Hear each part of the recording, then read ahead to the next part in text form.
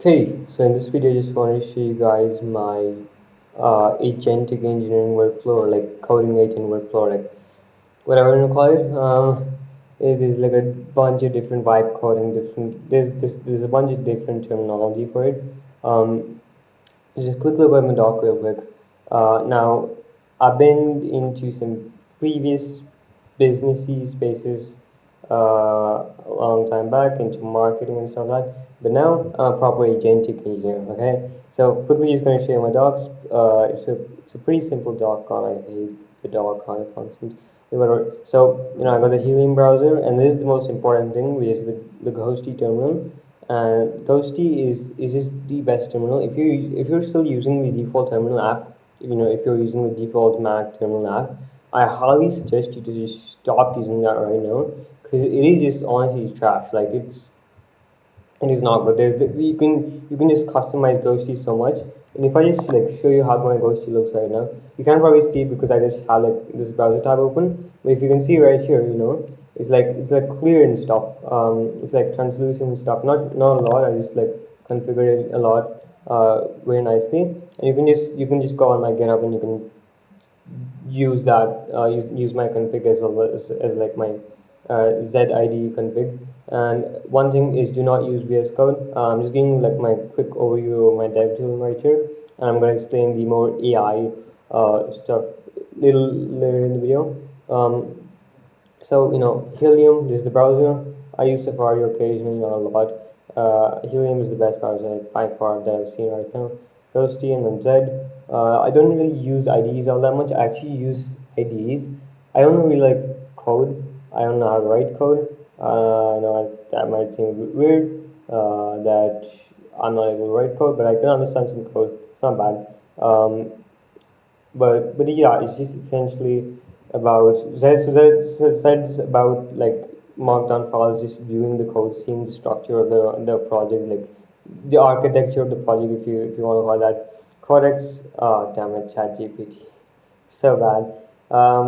Yeah, I don't like the I don't really necessarily like the new rename. I think there should have been an option to keep it as Codex, because Codex is what I'm used to. I don't like calling this the Codex app ChatGPT. Next is Sonoro. It's an open source GUI by my good friend Emmanuel. It's open source, so you can check it out as well. It's pretty nice. I've been contributing a lot to this. And next thing is Scratch Notes, and then Obsidian as well. So these are like Scratch Notes. This is by Eric Liu or Lee. I forgot his name. I'm probably spelling it wrong, but like it's a great app. It's built on Rust, Tauri, so it's a great stack. Obsidian is the classic. Actually, not using Obsidian as that much, so it's like not really sure why I have it in there. But yeah, Apple Notes, Spotify, just some good stuff. And this is the actual app I'm using this for recording right now. Okay, cool. We got that out of the way. Let's get into dev tooling now. Terminal wise, Ghosty. Okay. What you can do with Ghosty, I'm not sure if you can do this in the regular terminal app, because I just not like really use it all that much. But what you can do in here is you can rename your tabs. So I have like a bunch of tabs open. And I think when you have a bunch of terminal tabs open, and I'm going to start using Sonara as well, because I really like the app. The only thing is I'm just waiting for the provider to be available, which is, I mean, this CLI I'm using right now is called Devin.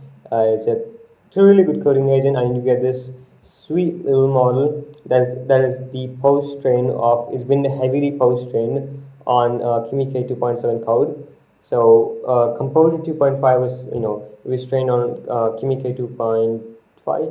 Yeah, it was trained on Kimi 2.5. And it's not bad, but I feel like it's just for small stuff. But SW 1.7 is trained on Kimi K2.7 code, and it's already been RL like crazy. It's been post trained like crazy. And if you don't know what these terms mean, it's just like the model has been through some lessons, a lot of lessons, like hundreds of thousands of lessons. So it's a really good model. And they took Kimi K2.7 code as the base and post trained even further, because these guys had the data, right? So Cognition, the parent company of Devin, who made Devin the cloud agent and the CLI as well, they obviously have a bunch of data, because it's kind of like turn on by default and you kind of opt out. That's kind of weird, I guess. Say. Whatever, it's a really good CLI. This is built in Rust, by the way, so it's super super fast. Like, look, I just have like so much stuff, and it will just go no problem. Again, this is CLI, but still, okay. I don't recommend the desktop app because it's just a fork of VS Code. It's crappy as hell. VS Code is crappy, so it's slopware. Um, and I have to like say it, but like Devin desktop is also slopper because I'll just like have big charts in there and like big diffs and like bunch of files open and it'll just crash out. Like, and by the way, I'm on like a 16 gig base M1 Pro right now. It's still going pretty strong, which is quite surprising. And I just have like this fan app. They just like blasting the fans 24/7. But whatever. Back to the actual AI workflow now. I think I've spoken too much about the dev tooling stuff. Okay, so this is, of course, as you know, Devin CLI. As you can see right here. Okay, wait, why can't I see it right here? But whatever, okay. So this is the Devin CLI. And if I just go Devin right here, you'll be able to see that this is the Devin CLI, SDB 1.7. Now the great part about this model is they're giving it free for a month, right? For a full month, and they're just giving it to me for free. So for all users, not just for me. But like, you get the point. It's free and it's pretty good.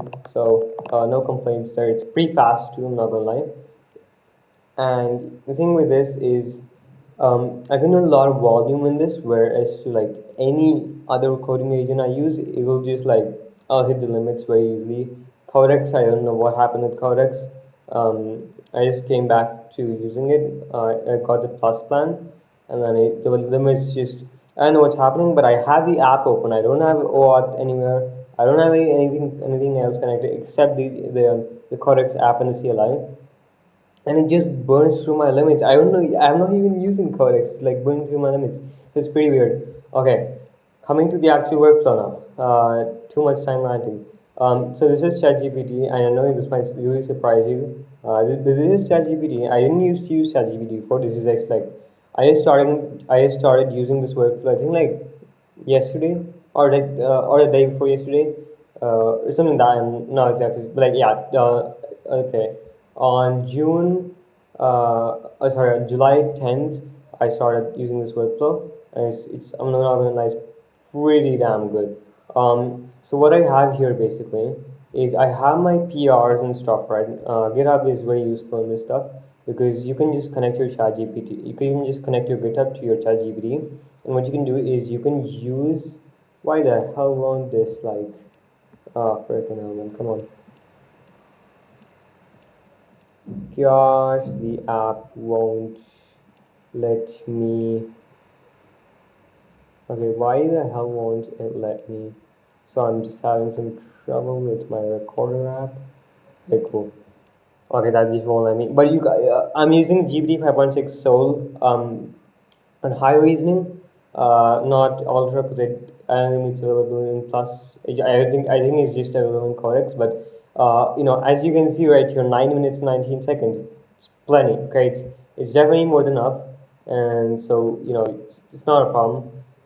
So I'll just use ChatGPT, like max out ChatGPT, and all like the report will give, because this is Soul, all like this is GB 5.6 Soul, so it's a pretty damn good model.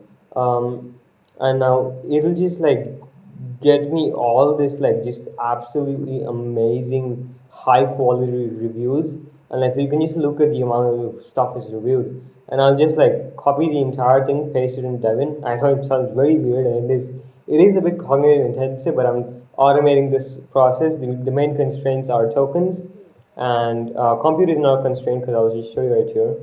Right now, what I'm doing is I'm just using ChatGPT, and I'm just talking to it because Soul is a really, really good model, and to use it in Codex, I can't even use it in Codex because it's just like one prompt and your usage limits are cooked. So yeah, it's hard. Yeah, okay, whatever. I can still use it in ChatGPT, so that's what I'm doing. The thing I've really learned is you have to take all your resources, pull them together, try to make this something work out, and it's like don't like I spend way too much money in subscriptions and stuff like that, so I'm just like quite a lot. So I'm just like cutting back down it, and this is not a bad workflow. I'm not going to be honest. Like you would not be able to use Soul or like you would not be able to use 5.6 Soul the way I'm doing right now with as much like how much volume I'm doing right now every single day. Um, with this model, you would not be able to do it in Codex, even if you got $200 plan, the max 20x plan, whatever you call it. So I just copy paste in this. It'll like make the commits and like it'll make the changes. I've sometimes guided on some things, and I do run into the limit sometimes. I've noticed with Devon, you can use the SUV 1.10 model for free on pretty much unlimited 24 hours a day if you only have two concurrent sessions. But as you can see, I have more than two concurrent sessions. And also one more thing I really think helps is use the damn colors, okay? Like tab colors. So this is blue is like nothing's active. You can just see it's an empty tab. And then I guess this orange. Yeah, orange. Orange is like it's in work. I'm working through it. And then green is like obviously shipped and done. So I can just close that tab. But yeah, this is pretty much it. Like it's pretty straightforward. It's pretty simple.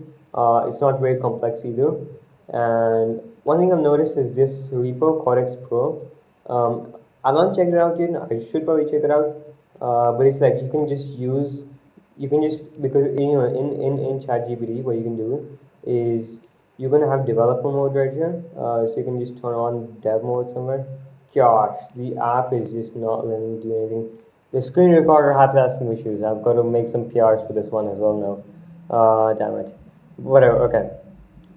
This is a very cool one. You can just use your tail scale and you can make a custom MCP in ChatGPT.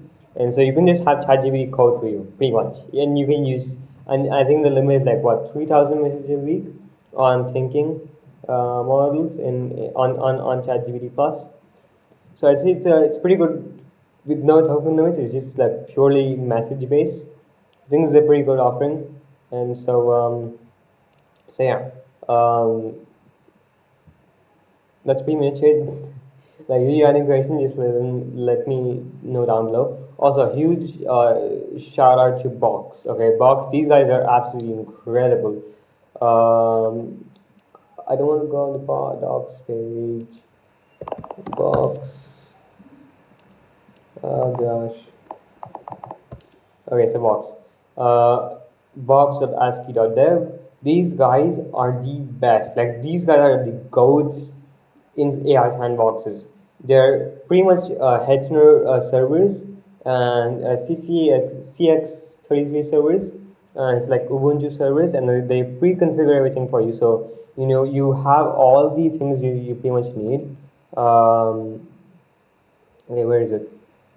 Machine cables. Okay, there we go. So it's about 8 gigs of RAM, 4 shared vCPUs, 80 gigs of SSD storage, and then x86 is pretty normal for Linux box. And then um, you already have block code, codecs installed, and you have some other stuff as well. But one big thing with this one, I'm not tested this yet. I'll try to like what I'll do is like after I like make the change, I might include in the replies down below. But Peter Steinberg, with the creator of OpenClaw, if you don't already know, he has this one thing where it's like basically he has his agents like pretty much all autonomous, by the way. But one thing he has is he just has his agents. One second, I'm just gonna search with the as my context window is gonna fill up. Summarize to like I just made a PR to this recently. Come on, look, GitHub is just so bad. Like, look, I hit enter. What is this? Like, okay, save. What the hell, man? I have to physically click on the damn thing for it to search, and it just won't search. And look, it's so bad. Like, it can't even identify one PR that I made. Oh my god. Okay, there we go. At least there's the PR thing I can find. Okay, cool. It did find the PR, at least from the repositories thing. But basically, as you can see right here, this is a PR I made to Peter Steinberger's summarized CLI, which is just like it's kind of like you feed a link, it gives you a summary of the thing. Um, Minimal PR, not a slop one, with tons of issues like probably the other ones are. But you can look at it here. This is totally automated. Okay, clawsweeper. It's his system. I'm also like I kind of like forked clawsweeper, and if you can see what loop is right here, I just tried to like oh god, this is turning into such a long video, but whatever. I'm building like a combination of clause sweeper like this thing exactly right here, and then also uh, crabbox, which is basically like it allows your agents to have which box, right? So it's not crabbox and box are two different things. Please keep in mind. I'm not trying to confuse you here, but like box is the provider, crabbox is Peter Steinberger's project on agents so that they can test out things and they can just code in the cloud basically, and you can use any provider from I think AWS Lambda, micro VMs, and a bunch of other stuff as well. But you can just see this is totally automated. This is pretty cool. Okay, and it's probably like and I got like a platinum hermit or like lobster or whatever it is. So this is the highest quality PR you can make. So you could probably tell if I got got like a platinum hermit or whatever the highest ranking is. I'm not exactly sure, but like, uh, if I got a very high ranking from one of Peter Steinberger's bots, codexes, I think it's pretty good. And he's probably using GB 5.6 Soul for this or something. I know he has unlimited tokens. He burns like $1.8 million a month in tokens. And then he also fixed a few things by himself, like added a few things by himself. But yeah, e-commerce is done. So it's pretty simple. Okay, it's not that hard. I should probably have done a little bit more effort on this, but I spent like three hours on it basically. Uh, and the thing is, I not 3 hours on this one thing like I'm not talking about singularity like one thing. Okay, I'm saying like I so agents take time and stuff that so yes orchestrate like 4 to 5 agents at a time. I would not recommend going above maybe like 4 to 5 max agents at a time because it can get pretty chaotic and you will lose track of what you're doing, and it's just going to become a mess because you don't know what you're talking about and you don't know what you're doing, and so you tend to make mistakes pretty easily. So I wouldn't recommend that. So that's about it. If you have any questions, leave them down in the comments or the replies. I'll be posting this both on YouTube as well as Twitter and a tweet. So whatever the platform you're watching this on is this is, but yeah, that's it.